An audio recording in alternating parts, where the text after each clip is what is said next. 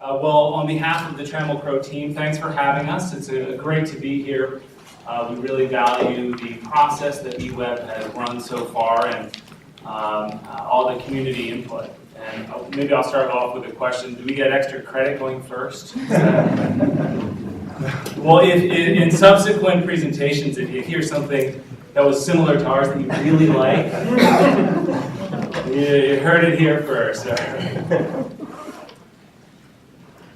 All right, we are advancing. So this is a table of contents. This is what we're going to talk about today. Those of you on the evaluation team, white placards, okay, we've got it. This will look familiar to you, sections 1 through 5. These are the sections that you asked us to address in your letter and your, we'll call it, instructional or guidance letter. And today you'll hear from a number of team members. 5 of the 6 will be presenting to you today. If I didn't mention, I'm designated as the project manager for this particular project with Trammel Crow. So we'll go through the outline, and for the benefit of the evaluation team, we'll also flash up the particular section that we're addressing. We'll also review our conceptual site plan, which represents our goal of turning the vision of the community into a reality. So let's get started. That's pretty good. So we're going to talk about team structure and some experience here now. This is our team as we presented in the submittal, which was way back in May. And you'll hear about our approach to this project, as well as some of our project experiences. And this may seem obvious, but we really believe that Trammel Crow is an excellent match for the Riverfront project. Not only do we consider ourselves, but others do as well, as consummate master developers, very well versed in public-private partnerships. And we're accomplished. We have a strong track record of executing projects just similar to the Riverfront redevelopment. Nationally, Trammel Crow has offices in 16 markets and is working on projects totaling about $5 billion. So quite a sizable organization. Locally, our office has been operating in Oregon since 1978. And since that time, we've completed about 130 projects, totaling 11 million square feet. TPDR Architects will be our lead design firm, complemented by 3 Eugene-based firms, Pivot Architecture, Cameron McCarthy, and Cogito. And these 3 firms here on the right of the slide has worked together on multiple occasions on multiple projects over the years. So this slide shows that Steve Wells is, it's a functional slide, Steve Wells to my right, is the Senior Managing Director of the Portland Trammel Crow office, and he'll be accountable for transactional structure, project financing, and the like. He'll have the ultimate decision-making authority. Bill Bach, Bill? He's Trammel Crow's business development manager, and Bill brings a really important and unique perspective to this project.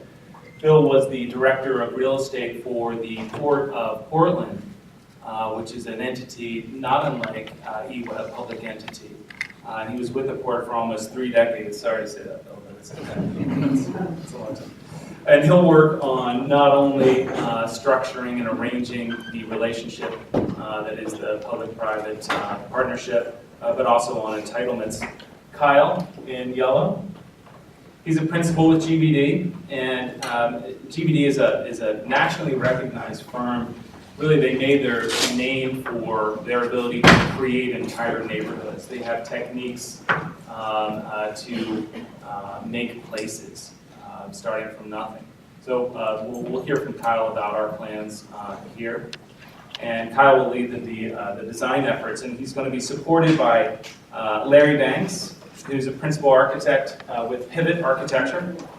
And Larry, here in the community with lots of experience, will offer us important insight putting up buildings here locally. Larry Gilbert, I'm not sure if he's in the audience or not. He's a principal with Cameron McCarthy, and he'll lead landscape and environmental design. Conchito, who many of you will know that name, has been involved in the project since the beginning. And Julie and Ellen will be responsible for public engagement and overall project advisory role. And Julie is here today representing the firm. And finally, Colin MacArthur, a principal with Cameron McCarthy, will be a part of the design team with a focus on project entitlements. He also has significant history here with this particular project. And now these firms and individuals represent the starting point of our team, but it will inevitably grow. It'll grow as we progress through the project, and we will add local experts and throughout construction. In fact, Trammel Crowe has a track record of successfully developing in Eugene and creating a team that's best for the project. In 2002, we completed an 80,000 square foot office building for Oregon Research Institute, and that was a development project in collaboration with the University of Oregon. That team expanded to include over 20 local firms. So Steve now is going to talk about the role of a master developer and what that role is on projects like this. Okay, thanks, Coach. That's the right. Okay. So I want to talk a little bit more about how we see our role as what we would call a master developer and how we make decisions on the project. And I would start by saying that when people think of development, they tend to think of high-profile, swashbuckling monument builders like Donald Trump. So if you were expecting Donald Trump, you don't have him. In reality, development is a very difficult business, and it requires sort of a jack-of-all-trades set of skills, sometimes master of none as well. But even simple projects like an apartment project or an office building, sort of a one-use project, take strategic and creative vision, balancing the interests of many stakeholders, management of a diverse team, attorneys, creative people, and you'll see the creativity will hit when Kyle comes. So engineers, project managers, capital relationships, you've got to measure risk and be willing to take risk at the appropriate time. You've got to be able to negotiate and sell people, but also it's a very detail-oriented business, and it's very much a problem-solving business, and it takes tenacity and persistence, and ORI was an example of tenacity and persistence for us, and I think in the end turned out we learned some things, and we'll talk a little bit more about that as we close. But overall, it takes integrating many parts into a more valuable whole than what the parts start with. That's a basic development project. When you add,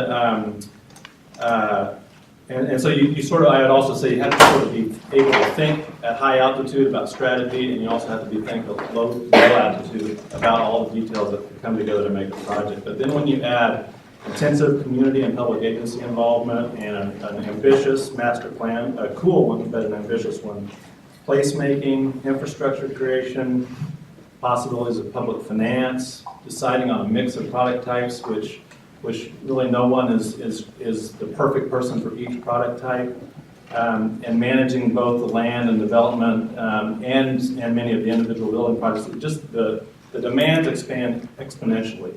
And that puts us in what we sometimes feel like is the hot seat as the master developer. And so we put this chart together to think about all the pressures and opportunities and sometimes cross purposes that we have to manage. And ultimately, we have to make decisions. And we have to make decisions for the good of the whole. That doesn't mean every decision is exactly what you want for that, but we need to make them for the good of the whole. If we get most of those right, we can have a pretty successful project for ourselves. In order to have it be a success for everyone, we have to get nearly all of those decisions right. And our ability to do that consistently over a long period of time, both as a company and personally, people on this team, is I think why we have longevity in the business. And we think that we bring some unique things to that. So, in this project, there's product mix decisions, there's the public finance piece, the master plan requires a lot of, there's substantial requirements on how we deal with that. To the left, there's placemaking, there's community involvement. In fact, as much involvement in this time of the process as we've seen in projects. We have to be conscious of the value we create. We have to be conscious of the economic cycle and where we fit in it. We have to think about the infrastructure, and we have to get that basically right, and we need to get it started. And then our costs and our capital and the partners we choose to bring into the project have to be the right team. And so we think that what we have learned to do over time is we understand that art of integration, and it really is an art. And we think that we have an ability to develop trust, and I think that comes into play in two different ways. The team, there's a lot of people in the room and in the community that are going to work on this and have worked on it, and they need to trust that the developer's going to finish. They need to trust that the project's going to get done. They also need to trust that we mean what we say. There's a lot of negotiations and things that are going to happen starting with when you pick someone, and if every negotiation starts that I say 3 and it's really 1.5, or you say 0 and it's really 1.5, because there's so many decisions to be made, the project just doesn't move forward. So we think we've got a knack for being straightforward about what we want and for finding ways to get it. And it does take creative and tenacious problem solving, and there will be many problems that will come along with the project. There always are. Development is just that way. We're financially capable. We're a Fortune 5. We're a subsidiary of a Fortune 500 company, but with strong local roots and capabilities. And we, lastly, I think are good at adapting to changing conditions, and they will change. The more of the project, and we would like it to be all that we can get done in this cycle, the better off we all are. There will be another recession. We don't know when, but we know there will be one, and it's probably closer than it is farther right now. And so that's what we think we bring to the table, and we believe that we have managed that master developer role very well to all the stakeholder advantage in the past. So I'm going to turn it over to Kirk to talk about the vision for the development and how it builds on and contributes to the Eugene goals and policies. So this is section 2. We wanted to specifically hit on these elements about how this project relates to Eugene's economy, and then we'll go back to Steve to talk about a large-scale development that Trammel has worked on that we think has a lot of relevance. So this is the framework. We're talking about these various economic development programs that in large part were crafted by the public over time. And we really think that the Riverfront redevelopment program that we put together hits on and accomplishes a number of the strategies as outlined in these plans. So, for example, the Regional Economic Development Plan, as you all know, is a joint effort between Eugene, Springfield, and Lane County. Calls for a number of strategic initiatives, and our program, we think, will obviously increase physical land supply, developable land supply, have a very large infrastructure component to it. Since we have a commercial component, a fairly significant one, especially on the north side here, to our plan. It'll be a place for businesses to grow, and it'll also provide workforce development tools, not only during construction but beyond as those buildings are inhabited. The Eugene Downtown Plan, 9 elements that support urban vitality and economic strength, and again, our plan with commercial, residential, a place for the public to congregate, accomplishes many of these plans. The Great Loop itself, which we intend to build, hits on a number of these. If you think about the connectivity and the Great Street is common. And finally, Envision Eugene. This was completed a couple years ago. It was a 20-year look out to the year 2032, really anticipating the population growth in the region, but not the land growth with the UGV. We think our plan supports a lot of the 7 pillars of Envision Eugene. Increasing urban density, providing more housing options downtown, restoring the riverfront as a natural resource, and we will be constructing sustainable and energy efficient buildings, that energy awareness component. So now again, back to Steve to talk about our experience on a large mixed-use project. Okay, so I want to talk about Cascade Station. This is a project right at the airport in Portland. It is a 117-acre mixed-use development. It doesn't include housing because this is in the flight path, and FAA the land was bought to get rid of housing, not create it. It has 800,000 feet of retail. It'll ultimately be about 1 million feet of office and 400 hotel rooms. It's a $500 million of development by the time it's done. It's not all done yet. It's a series of 13 ground leases that we did from the Port of Portland, and we had a 15-year, I mean, this is a much longer scale project, but it's got many similarities, 15-year option with the Port and how to do this. It had a host of public agency involvements, the Portland Development Commission and TriMet and the Port. Bechtel was the lead money source and the builder of the light rail extension, which this took from where it at that point terminated to the end of the airport terminal. And it was it was a substantial infrastructure project funded with urban renewal funds, and a unique at that time sort of infrastructure that went with it. So I'll just give you a little bit of the chronology. So really we engaged on it in 1997 as partners with Bechtel, and I just a few months ago sold buildings, some of the last buildings that we built there, and moved off of the design review committee. So I had a personal involvement on this for 15, I guess more than 15 years, although I left town to Chicago for a while in the interim. But 2001 we finished you can see that there's a couplet, yeah, that's work. So there's a one-way couplet that runs one-way streets around that's similar to the park blocks in downtown Portland, and that's what it was keying off of. And then the light rail line comes in, and there's a station here and a station there. Bechtel built the line, and the infrastructure went in. Actually, we managed the infrastructure project. They built the rail line. It opened right before 9/11, and not much happened in the project for a number of years after that. This is and it took, so now, note the time, this is 2001. The project, and we learn on every project, the project sat for a couple of years because of the recession, and it also had, Bechtel probably wasn't the best real estate partner for it. They were a great investor in rail. It also had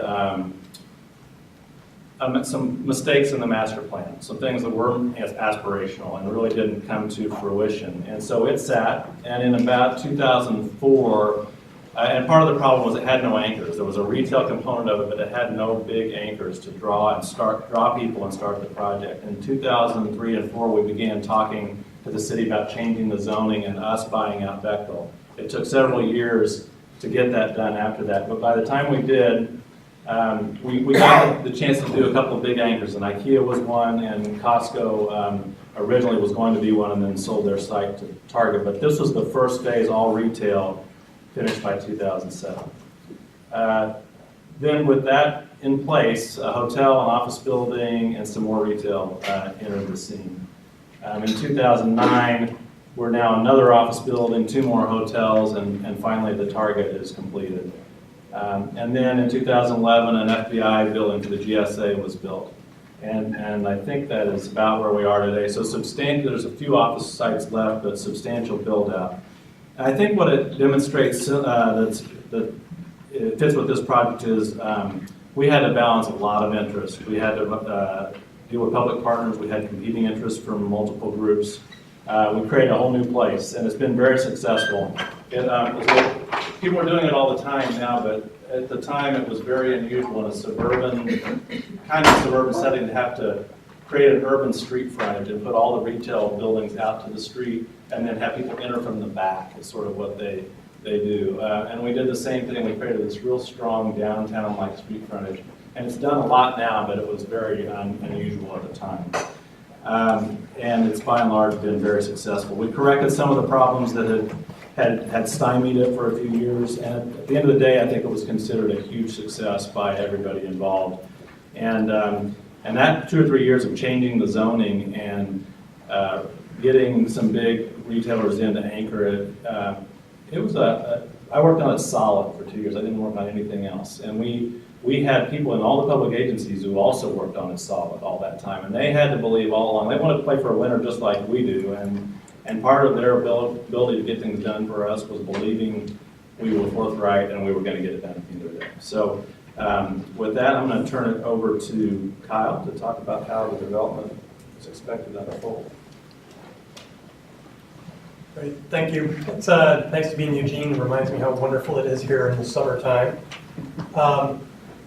My part's easy. I get to talk about kind of the fun stuff. So they get to talk about the deals and the land and all the money and that kind of stuff. And I get to talk about the vision and a little bit more about the framework. One of the things I'd like to first mention is that we are embracing the master plan as it was developed and as it was consummated through the public process.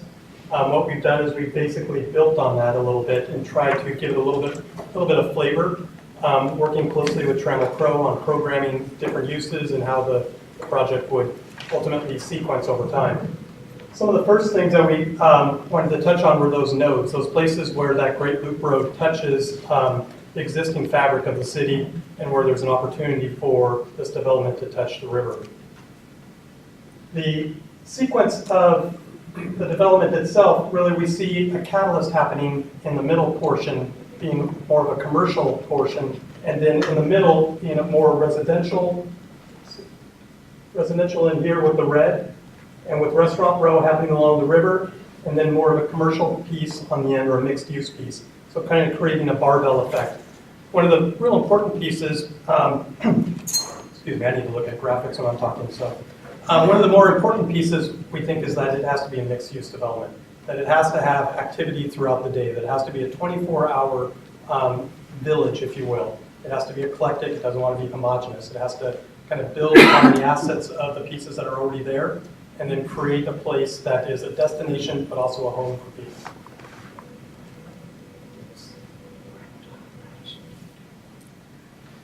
So we want to make sure that the development has a voice and that it has a brand. So curating the retail and curating the uses that happen within the district are very important to placemaking. To focus on elements that happen at the pedestrian scale. To make sure that we handle all modes of transportation and that we provide public access to all assets of the river itself. The program itself, kind of looking more at the numbers, looking at a hotel to the north on the other side of the overpass of the Ferry Street Bridge, the existing eWeb office building, and we're looking at a potential grocer in the corner. All these uses park themselves, so the parking is handled within each block of its uses, and also obviously we benefit from on-street parking as the master plan depicted. We're looking at an opportunity of the warehouse to be repurposed, maybe as a retail component. Outdoor retail use would be fabulous here. There's lots of opportunities there, I think. It's a wonderful building that should definitely be leveraged for this community. And then we have 3 plats that we have designated for housing, which is reflecting what's happening in the master plan. They step down towards the river, again, self-parked either behind or underneath the podium. And then the Restaurant Row, we've taken a little bit, this is where maybe we broke the mold a little bit. Restaurant Row, as opposed to programming it for restaurant retail, we've taken an approach that's more flexible. Something that could be more open for a market, say a farmer's market, say for food carts, maybe acting more as an incubator type space that could be used for the community. And that could be a space where restaurateurs could grow and become a solid brick and mortar restaurant. We see that phenomenon happening all over the country. There have been books written about it. I call it the Pock Pock phenomenon in Portland, where it went from a food cart to a restaurant. Now they're writing books. They've opened a restaurant in New York. I mean, they've been successful, but it takes that incubation to really make those things happen. We've also seen some restaurants that happen along rivers in certain places that haven't been very successful. And so we think kind of putting in place a framework that allows for that flexibility from the beginning really meets both intentions of the restaurant kind of service industry of that retail piece, but also offers something that's maybe a little bit more unique, more cultural to its place itself. And then the last piece, the steam plant, another wonderful building that is amazing to walk through. I mean, I was blown away just walking through that building. And there's a lot of good stuff in there that needs to stay. You know, there's a lot of apparatus and a lot of kind of steel and catwalks and all that kind of stuff needs to be pulled into the aesthetic of whatever it is. Be it a restaurant, a brew pub, it could be a mixed-use piece that has a lot of height, so you could do lots of things in it, but it could be a real solid piece. And I think between that and the warehouse, it really offers a nice anchor to each end of that development. Another aspect is that piece where we can touch the river. Right now, we're thinking that it's something more of an outlook. Is it a place where you get down to the river? It's pretty tough. It's a scouring side of the river, so it would be nice if we could get down there, but we need a lot more brain power, I think, to figure out whether that's a possibility, working with engineers and so forth to see. But at a minimum, it is a place where people can actually go down to the river, fish, hang out. It's a place where you can get close to the river and be kind of right in that river's edge. As much as we can cantilever over that river's edge, the better, I think. And then that restaurant row or that flex market space that I was talking about, happening along the water. It could also be create a nice eco roof or eco terrace where one can get on top of the building and view the river as well. It could be something that has multiple purposes. It could be a place that's even rented out for large community events. A couple examples of what this might look like, being a very transparent box with kind of natural materials. This is a space that used to be a Kachina at Moda Center, which used to be the Rose Garden where the Trailblazers play. It's now called Jack's. And it's a big open community space. So there's service happening on the perimeter, but then there's a community space that happens in the middle. And so it has a lot of life to it, and it doesn't rely on one kind of flag, if you will, of a restaurant to really make it successful. It actually becomes a community space. Here's some examples that we've done in Portland, Oregon to show some of the residential uses that we're thinking, a little bit of the flavor and the texture. I like this one right here. I've been told it's the most photographed street in Portland. It is Penoyer Street, and it has bioswales with bridges that go over the top. So you create this public yet private environment, and you use nature as your threshold to kind of break those things up and create a sense of privacy.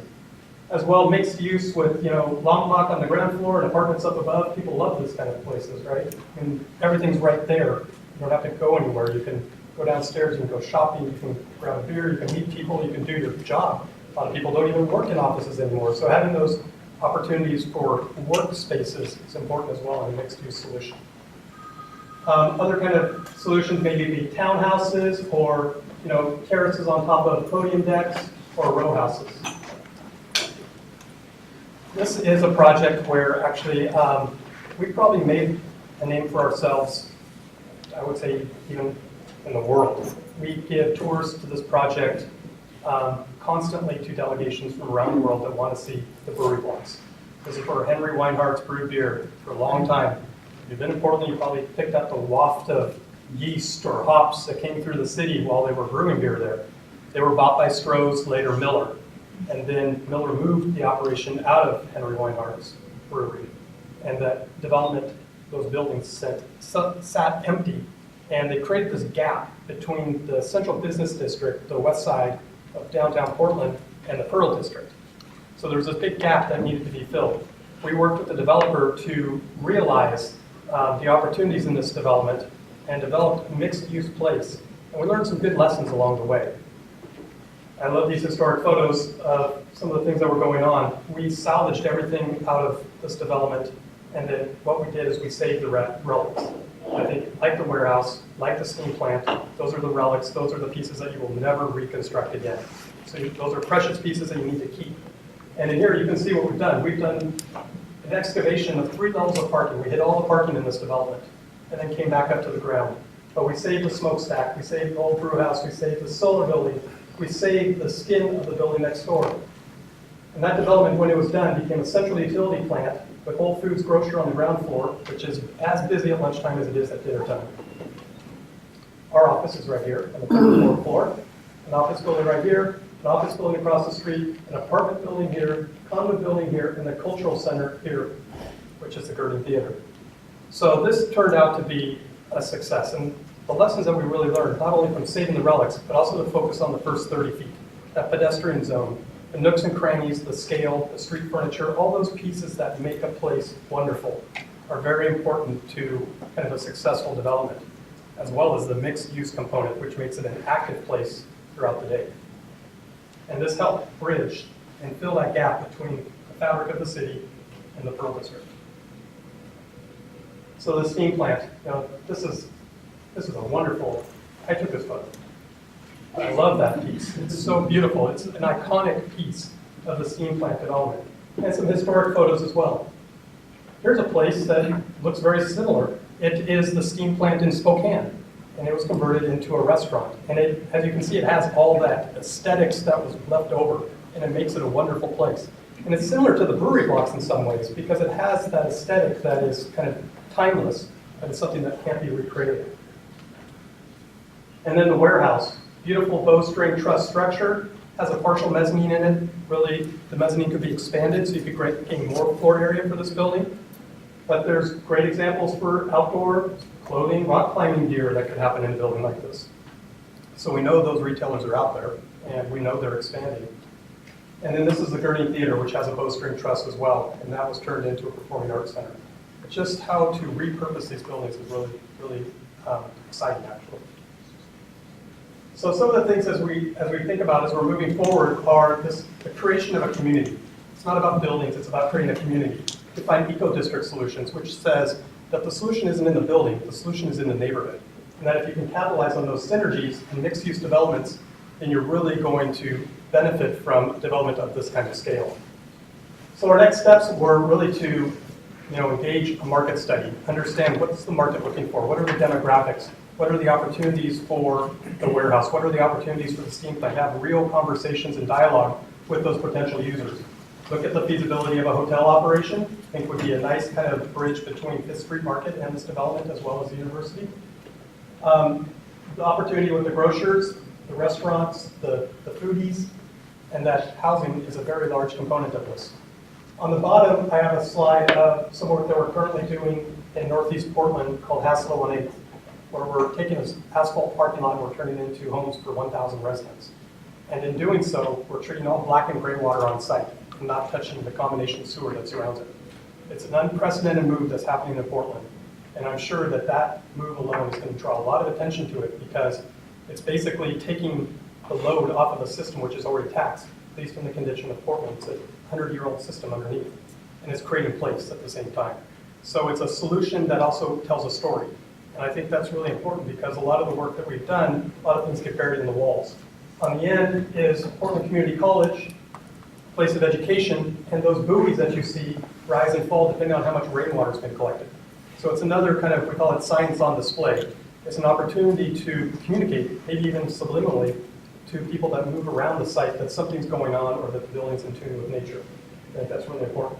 And then the building next to it is Vestas headquarters. It's their North American headquarters for Vestas Wind Turbine Company, where we took an old Myron Frank warehouse and repurposed it into a really beautiful facility for Vestas. It's a LEED Platinum building as well. So with that, I'm going to hand it over to Bill to talk more about how this is going to bring value to the project. I have to follow Kyle. This is not the easiest spot here. I'll get back to nuts and bolts here. I guess I'm adding up for years here, so 7 or 8 years with Trammel Trail plus 3 decades with the Portals to hold up. But what I want to explain and talk to you guys about from our experience and joint experience in working in the public sector and working as in public-private partnerships. You've asked these questions, so I'm going to put it in that kind of context. You asked the question about how we are going to deliver the greatest value to the community in the shortest period of time. What's our past experience working together? I think Steve's already talked about some of the public-private things. I can elaborate on that. And then what are we going to expect of you in the city? And those are really important questions. I mean, we get down to almost, not negotiation, but we're almost getting down to, how's this whole thing going to come together? I think, first, I think I want to rephrase the question just a little bit. What is the, how do we define value in the community, first of all? And how do we define value to you? I think we don't, there are more things than money and there are more things than vision. There are all those pieces in between. And then second, how have we worked in the past and how will we work in the future with you to make those things happen? First, the value project. We have, first of all, we said we're going to build a plan. And we said we didn't take that lightly, and we thought to ourselves, we're going to build as much as we can of the plan, we're going to build the plan, until we can, but it's really, we like the plan. And I think it's got the right elements, the community has done a great job of inputting, and I think you guys have done a really good job, so we want to build the plan. Secondly, there's tremendous value in hitting this real estate cycle. We have numerous examples that we could cite of projects that have not been done in the cycle. They missed certain decision points and dragged out when the recessions hit, and they dragged out for a long time. And they don't happen. We think this project, although it's big, it's got a lot of pieces, it's not that big. It can be done in one piece. Also, another elements of a successful project are, obviously it's going to have to meet financial goals. We're going to have to create a place that is as envisioned. The existing real estate assets like this building will be enhanced by the presence of this new development. And then finally, minimizing future environmental risk. I think that I've had a number of times in my career where we've had various cleanup strategies, various ways of dealing with the property. Do you cap it up? Do you remove things? How do you develop it? But with the goal that somebody, is not going to have to go back in there and remediate after the fact, or some new set of regulations come up that create a new whole process. Obviously, there are spin-off benefits to downtown. One of the things that we really feel strongly about, I'll talk about a little bit more in a minute, is the formation of a quiet zone for rail crossings within the downtown area. And then finally, and coming from a public agency at one time, there are the basic mission of the agency itself, which is to sell power, provide power and water. This is right in the middle of your district and right in the middle where you're not going to have to extend and put new areas in. I don't pretend to know your business that well, but I think that this is an important piece and certainly part of urbanism to avoid those kind of extensions. How would we work with EWEB? At a minimum, I know EWEB is not a developer in a broad sense like my former employer was, or a developer of industrial parks and office buildings and other things, but there are two roles that we think are critical at a minimum. One is to create a joint communications plan. I think that we would not want to be out there on our own with the public, but we also, in spite of how good Julie is, we're not going to be speaking for the agency, and the agency is not going to want to be involved in that process. So we need a joint communication program. The other one is setting up a transaction structure that accomplishes those goals. So decisions are made on a timely fashion, and we all decide who's doing what, and then we take out the rest of it. Now, when I say at a minimum, that's it, there are a number of different structures that people use for public-private partnerships. And I've been involved in quite a few of them. Trammel Crow's been involved in them. Steve mentioned one, the Cascade Station project. I was on the other side of it, as you can probably imagine. And the agencies participation and role changes throughout those projects. A good example, in Cascade Station, that was a huge infrastructure project, public infrastructure, that was done by we had a huge light rail project, you had a huge road building project, it's at an international airport, so, and you've got an agency that loves to do infrastructure, so the port was very involved in all those infrastructure projects. On the flip side of it, we did this project in Eugene for ORI, and the university really provided us a site, but all the work was done by us.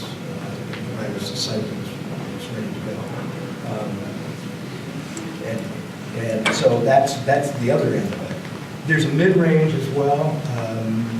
There's a project that I thought of this morning on my way in here at Terminal 1 on the water on the Willamette River. There was an old port terminal, and in that case, the developer was going to do all the work. The port was just providing a raw piece of land, but there was an environmental cleanup. And the environmental cleanup could have been just capped, and they built on it. It would have limited the utility of the property, and really from a vision standpoint, would not have accomplished the city's vision of having a dense housing development with underground parking. And so to minimize that risk, the port's future risk, and to maximize the community benefit, the port went in and removed all that contaminated material, and in the process created underground parking areas that had already been excavated. So in that case, I think, it really was, I think the cost of removing that material was balanced out by the lack of risk, and everybody benefited.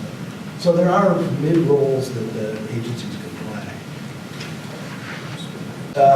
We have a few opportunities that we think that we need to address. First of all, the timing, since it is the peak of the real estate cycle, we need to move along quickly through that. The quiet zone, we have the benefit of having access to the team that has done the only quiet zones in the state in the Portland area, and they are willing to work with the city of Eugene and others to make that happen. If you cast around, you won't find anybody that really knows this stuff, and these guys are working with developers. The entryways are very important opportunity areas, and we'd like to spend some time with that and have public input on those. Parking is going to be an area that we really need to focus on in order to provide it in a cost-effective manner. And then finally, as Kyle talked about, creating a successful waterfront, we have the right mix of uses there to have that occur. Finally, and this is probably wrap up mine, what would we expect if you live in the city? Clearly, there's a public infrastructure portion of this project that's going to need public support, public participation in the form of funds and design. Railroad quiet zone, we need a broad community support for that one. It's going to make a big difference in the quality of development. The UWeb public engagement and communication collaboration, as I mentioned earlier. And then finally, timing of decisions, timely decision making. That's going to be important to get this clear this central. So I'm going to turn it over to Julie quickly to talk a little bit about the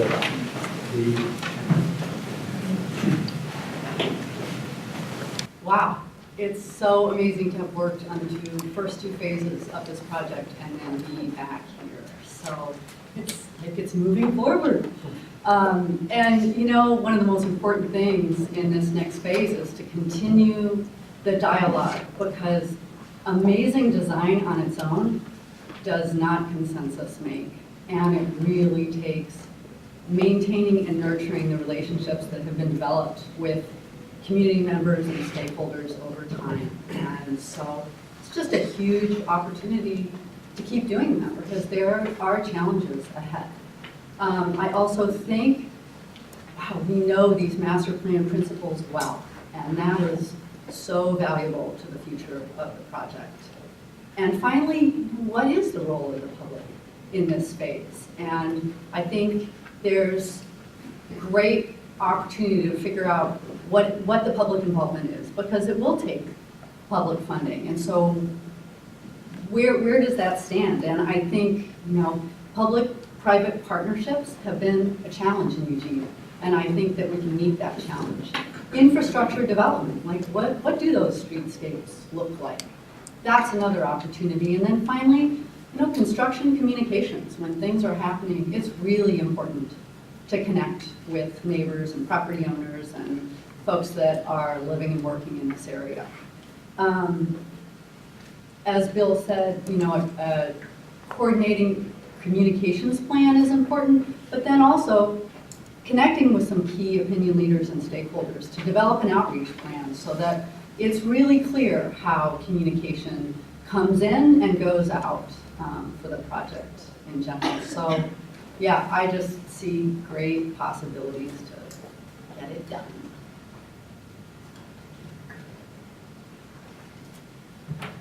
Speaking of getting it done, we will have some time for questions and answers. This is our last section, so we're kind of right on time, I think, as a team. And we'll have 20 or 15 minutes of discussion. So Kyle earlier talked about implementing the development plan. And here in section 5, we really want to talk about our thoughts on the negotiation process. And that in turn will really help us clarify the development plan. And then, as we've done before, I'll hand it to Steve, and he'll talk about our experience striking fair deals with entities like EWEB and others. So this is kind of a busy slide, maybe intentionally. Step 1 to our incremental approach here. We believe the smartest way is to start with a period of time for discovery and general due diligence that we can conduct as a team here. Work under this framework in this period of time. We're calling it a PreDevelopment Agreement. It allows us, the buyer of the property, the future steward of the property, the ability to learn more about the product we're buying, simply put. During this time, we'll review existing plans and reports, such as the environmental reports.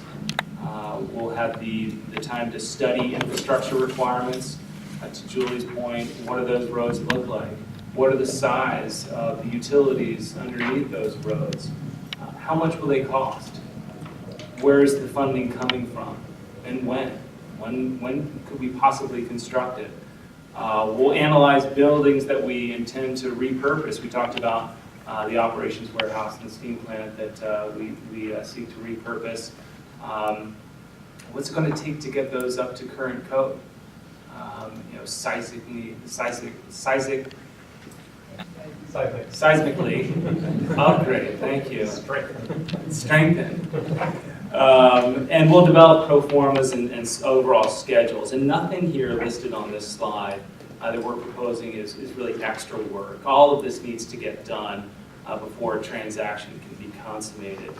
This resulting work product will add value to the property, to the project. It'll add value because it will remove a lot of uncertainties. It will make known some unknowns and thereby reduce the risk. We can roll up our sleeves immediately under a simple pre-development agreement rather than start a negotiation process that may take a lot of time. And it really, and most importantly, it sets a stage for an informed, fair, and successful transaction. And armed with intelligence, information, we'll be able to craft a term sheet that will incorporate more of the transactional items like the purchase price, the due diligence period. Earlier we identified gaps of information. Now we need to fill those gaps, say geotechnical exploration and so on. It'll outline milestones as we go through the contract. And once we've agreed on a term sheet, which we're anticipating taking a few weeks, then we'll be able to incorporate the salient legal terms that will become the disposition and development agreement. Again, this incremental three-step process, we feel, allows us to add value quickly to the project. Ultimately, we think it'll reduce the time from master developer selection to developer purchase of the property, and it sets this, the framework for success. That's our thoughts on the vision of the negotiation process, and Steve's going to talk about, as I said, the some of our experience arranging transactions like that. Okay, I'm going to back to where you are because I don't have a slide for this. So I want to talk about a similar situation, completely different product type, but it had a similar component because there was a lot of unknown at the beginning, and it made it challenging to create a business deal that was going to stick because there were so many unknowns at the beginning. We think that's part of why we're suggesting the pre-development agreement, is to try to rein in some of the uncertainties so that you can craft something that has stickiness to it. So this is the Colwood Golf Course. It's adjacent to the Portland Airport. Tend to be around the airport a lot, but it's a 130-acre golf course. It's in a prime industrial location. It's an industrial project, and it's not profitable. Has not been profitable for the owners to operate. The owner wanted to rezone it to industrial and sell and cease operating as a golf course. They tried in 2006 and 2007, and they failed against strong public opposition to the amount of industrial. The port was involved, and there was concern about them taking some of the property and doing an airport expansion on it. And so wrong time, wrong place, and wrong players. We engaged in 2011 thinking that things had changed, with the idea of seeking a much smaller rezone, no port involvement, providing a park to the neighbors instead of just trying to bully your way through them. And once we engaged, we then ended up talking with a group called the Trust for Public Lands, who came in and partnered with us and the seller to actually take the industrial piece down even lower, eventually to 48 of the 130 acres, but get the city to buy the parkland instead of just telling the developer you have to eat that park. And that made the financials potentially in a position to work for the seller. We had to try to contract around that at a time when the purchase price for the park was unknown. We thought they would do it, but we didn't know how much they would pay. The cost for wetland and environmental zone mitigations and traffic mitigations, and even what we had to do and the infrastructure we would have to put in were not known. We had not gone through the process with the city yet. But we needed to be in, as a developer, involved to get it done. Chicken and the egg, really. Made it difficult to set the price. We ultimately agreed to a fair price for the land once it was development ready, but recognizing that we helped get it there, so it wasn't a retail price as if the infrastructure was all in today and was ready to sell. It was room in the price to give us compensation for the value we created. And then we agreed to reduce that price by the costs to get there that were determined through the process. That created concern for the seller that might be too much cost, and we ended up putting a floor on that cost in which they didn't have to transact if it didn't hit that floor price for them, both on our side and on the city park side. And we had accountability, which is one of the questions you asked, throughout the process. We had an open book process with the seller in all our negotiations, open book about how much it was going to cost us to develop. We showed our work at all times. We met regularly with the seller and with TPL because we each had some responsibilities that we had to take in the process. That was clear. It was in our contract, and we all met regularly and worked together in a collegial way to get it done. The results of that are that the city, the rezoning passed with strong public support. And as you guys know, I think we had 200 people that probably showed up to support the project. It's very hard as a developer ever to get in when it comes to supporting the project. Most of the time, they are in opposition. The city has already purchased the parkland, and we're closing on the industrial next month. And although it's a completely different project, I think there's a lot of commonality to what we would be doing here. And so I'd like to close by sort of bringing up what we see our role. We see our role bringing all the pieces together, both on the land development side, the placemaking, managing all the agencies, and and also being involved in maybe not all but most of the building development. It will depend on what we decide to do in certain places. We may partner with people. There may be elements of it we decide we're not the best person to do, but we will be involved in a lot of it. And I would just say that I think what we bring in summary is we are committed to the plan. We're skilled and have great expertise in mixed-use projects in a master development role, and we think there's a lot of art and a lot of science to that. I really do believe we're trustworthy, and we've been asked and we'll provide references to lots of our different clients, and I think that they will say the same thing about us. We hope that they will. We're adaptable, and it will be required along the way, both from us and from you probably. We don't even know how, but we know that we just know it's a certainty. We're creative and tenacious problem solvers, and a lot of times that's what it feels like our job is. You know, what 10 things do I got to figure out a solution for today? And we're financially capable. And we have capacity. We've got a great team we've assembled, both local and Portland not being local. And then I've got resources in Dallas and California with my regional deal. So we've got a big company with a good local presence sitting at this table. So we really appreciate the opportunity to talk with you and to pitch our wares, and we think we'd be the great choice to do this, and we sure hope you pick us and we'd love to engage on the project. With that, we'll open it up to Q&A. Thank you to the DCT team. We're going to jump right into questions, and being a general manager who wishes to be here next year, I'm going to start with my four bosses, who are President Brown. So the first question. Great, so you got 5 questions, so you can manage your own time. My question is, share your impressions of key challenges to develop the property. What are the potential barriers to take down, and how do you anticipate overcoming them? Yeah, you got the mic. I think the challenges are that we think the quiet zone is really important. We think the master plan is aggressive in terms of how it handles parking. We think we're going to have to be creative to make that work. We're going to have to think about how the street parking works and helps the project. Can some of it residents park on overnight like they do in the 23rd Street area in Portland and many parts of Portland? Is it all just serving the retail or the restaurant row or service area? You know, I can't remember exactly how we phrased that, but trying to make the parking work. We are making use of what are considered interim parking areas within the project that will stay with those uses until things change to create them. We think the restaurant row creates some challenges, and we're trying to do something that's flexible because that may evolve over time. Of course, those challenges can be reduced if they are, if there's subsidy at things at some point, then you can take on more risk and more challenge. But to some extent, all the retail, we're moving out of an anchored retail situation and into a sort of boutique.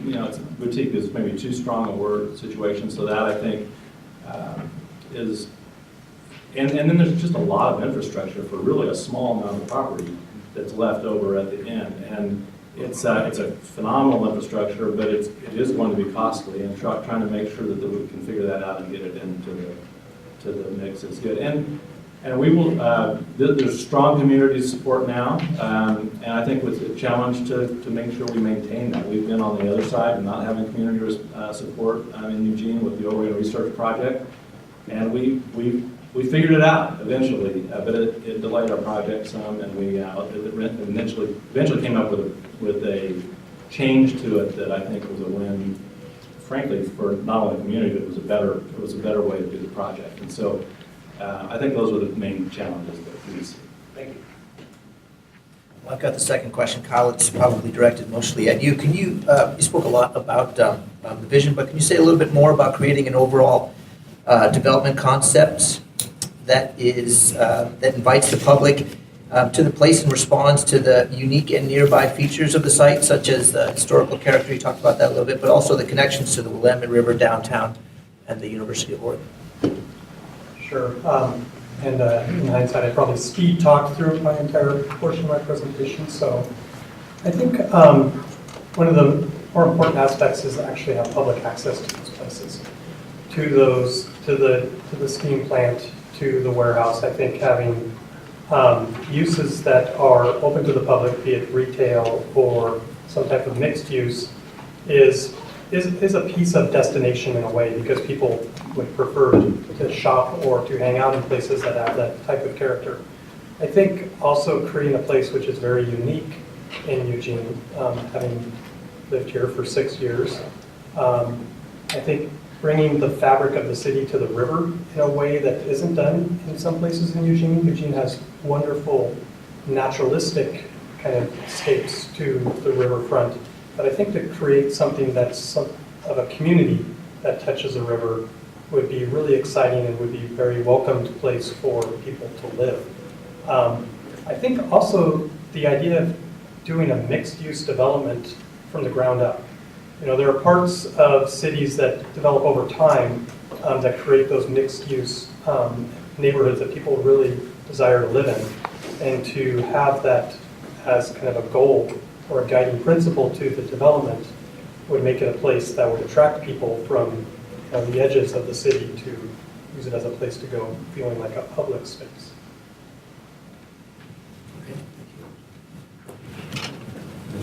So it's my turn. You probably never would have guessed, but I'm a big fan of cultural diversity participation. So my question is, how will you engage the local community to maintain support for your development plan and manage public expectations? And can you cite an example? Well, we're here now. That was a huge example. You know, it was really a challenge. I remember when we first started to think about this project, people were like, what are you gonna try to do? Like, development along the river. That in Eugene is in and of itself, for some folks, like those two words just don't go together. So it really took working from the ground up and looking at stakeholders in a much wider range of colors than kind of the stereotypes that we often use in Eugene of that's the environmental view, that's the development view. And so really piecing it out and looking at the bigger picture. And one of the key things and the things that really brought people together was looking at the history of the site and the cultural history of the site and recognizing, you know, its role in the community. It wasn't always a beautiful, pretty picture. I mean, it had to do with a lot of racism and challenge and individuals who were not embraced in the Eugene community. And so it was like, no, this is a valuable conversation and embracing all of our history. So, and it really brought people together. And so that's, you know, what we hope for in terms of implementing the plan is bringing that stuff into fruition, the people, the history, the culture. So, thanks. Well, first of all, thank you for coming to and presenting to us today for this very valuable conversation. My question, are you, well, clearly you're being interviewed as master developer, so please describe why and how that you've incorporated various other developers, or sub-developers, if you will, and builders in other master developer projects, and if other local minority or minority firms would be considered. So from the development partner standpoint, Cascade Station is a great example. We did the land transaction when we bought Bechtel out. Trammel Crow bought the entire land, 117 acres after we had gotten the zoning things fixed. And got Bechtel to a point and got the FAA approvals, honestly, were the last thing we had to do to move forward. We played a variety of roles in different parts of the development depending on what was called for. So for IKEA, we sold them their lease, their parcel, and we built their pad for them because that's what they required. For Target, Costco, which became Target, we sold them their pad. They didn't want any involvement from us, and other than the fact that we had developed the infrastructure, they were building it for their own account.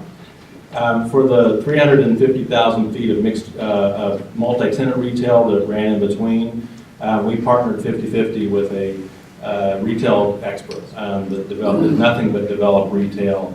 And they were in with us from the very beginning, when we, well, not from 1997, but from 2004, when we began to rethink how it was going to work. We partnered with them early on. And interestingly enough, didn't sign our agreements until 3 years later. I mean, it was handshake, really from start to finish on that. And we didn't feel like we had the expertise to pull that piece of the project off by ourselves. We sold hotel parcels. We're not typically a hotel developer. And so we would probably, in this case, if there's a hotel piece and we think there might be, we would either partner with someone or we would sell. The retail, and then we built 2 office buildings, one without a financial partner, one with a financial partner. There was another office building. Some of the land, when we did Cascade Station, Portland Development Commission had a loan on it that got restructured. They took some of the office land instead because that was a very long takedown period.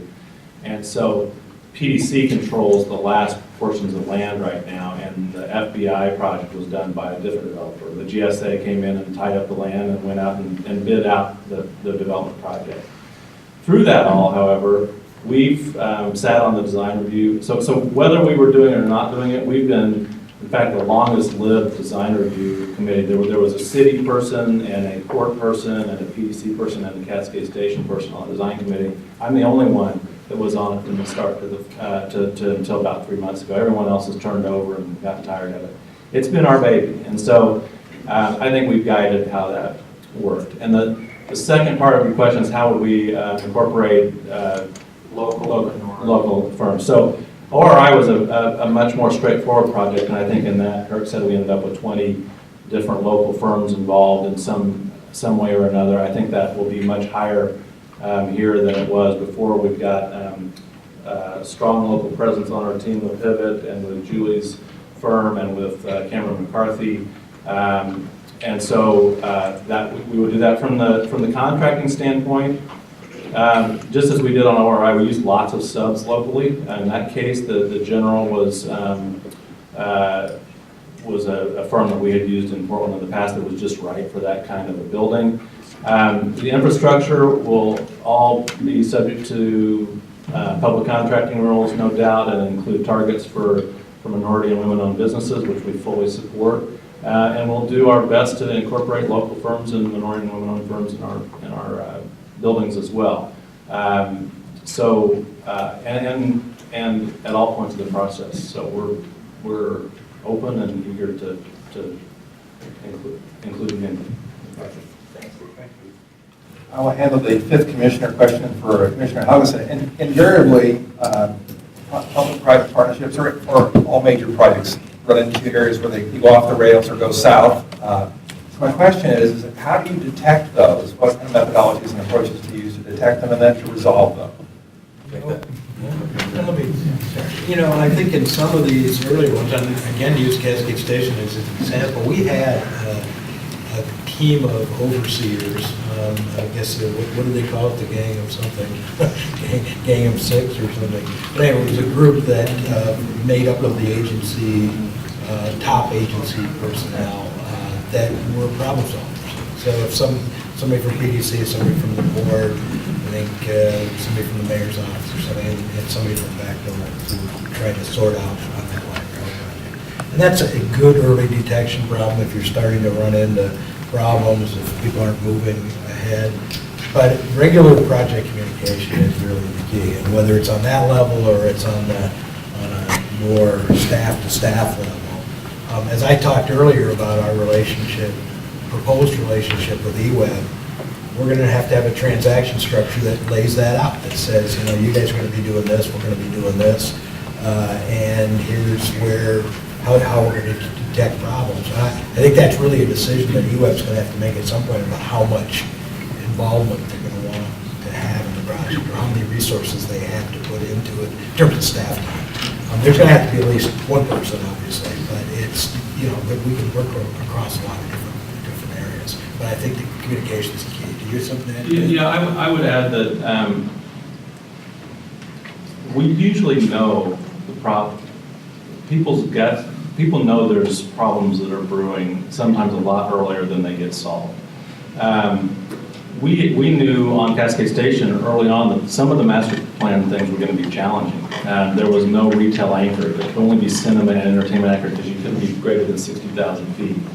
We knew that was a challenge, and we ran into some things like the economy and Bechtel sponsorship, I think, that made it hard to complete that. But sometimes it's not a matter of not knowing the challenges that people don't want to.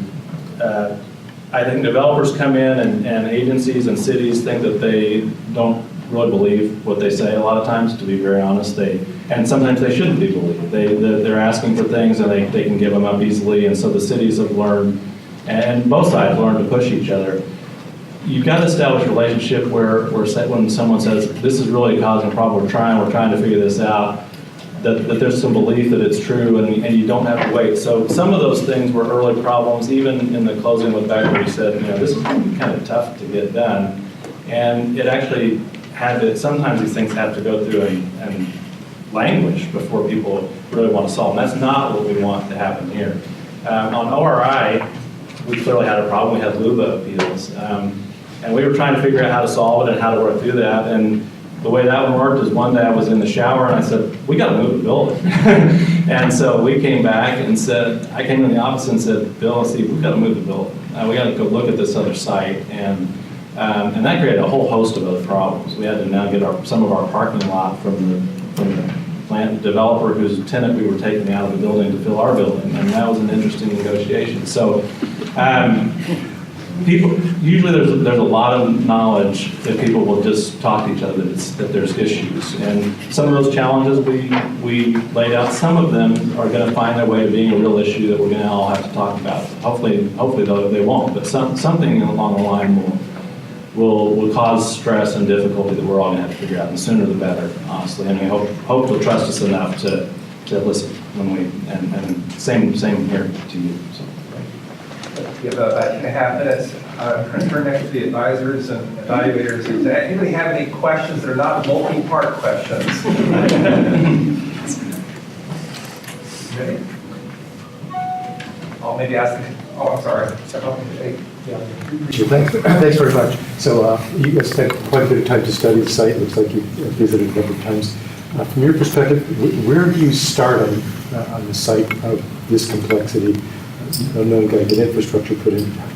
What would be your initial idea for approaching the starting spot? Physically. And usage was go ahead.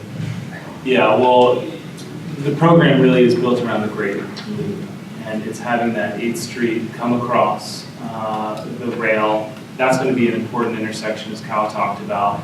Head up north and make the loop around.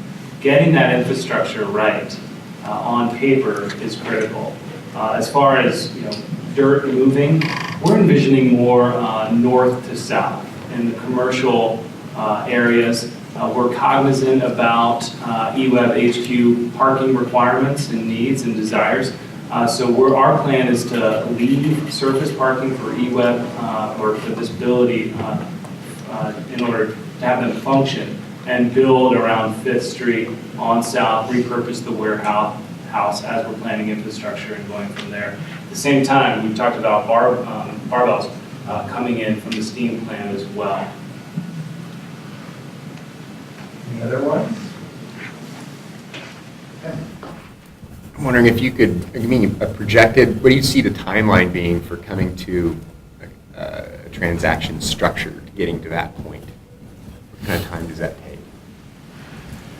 We had proposed some timing in our proposal in terms of how long it would take. I mean, I guess I'd rather work backwards from, we would like to be under construction next summer. So that, if you work that backwards, I think, we need to get this put together in the next 3 or 4 months. The context of the economic cycle is very important to us. Hence the next summer start construction, a couple years to deliver, maybe a year to fill up before maybe the next recession. So we have a strong sense of urgency. We think we can get a pre-development agreement done within a couple of weeks and be underway starting the work. Perfect. Wow. I want to thank the TCC team for your presentation. We appreciate your time today in the presentation. For the members of the panel and the public, we will be reconvening here at 4:30, if I'm looking at the schedule correctly. Is that correct? And we will have our second presentation at that time. Thank you all very much. Thank you, appreciate your time.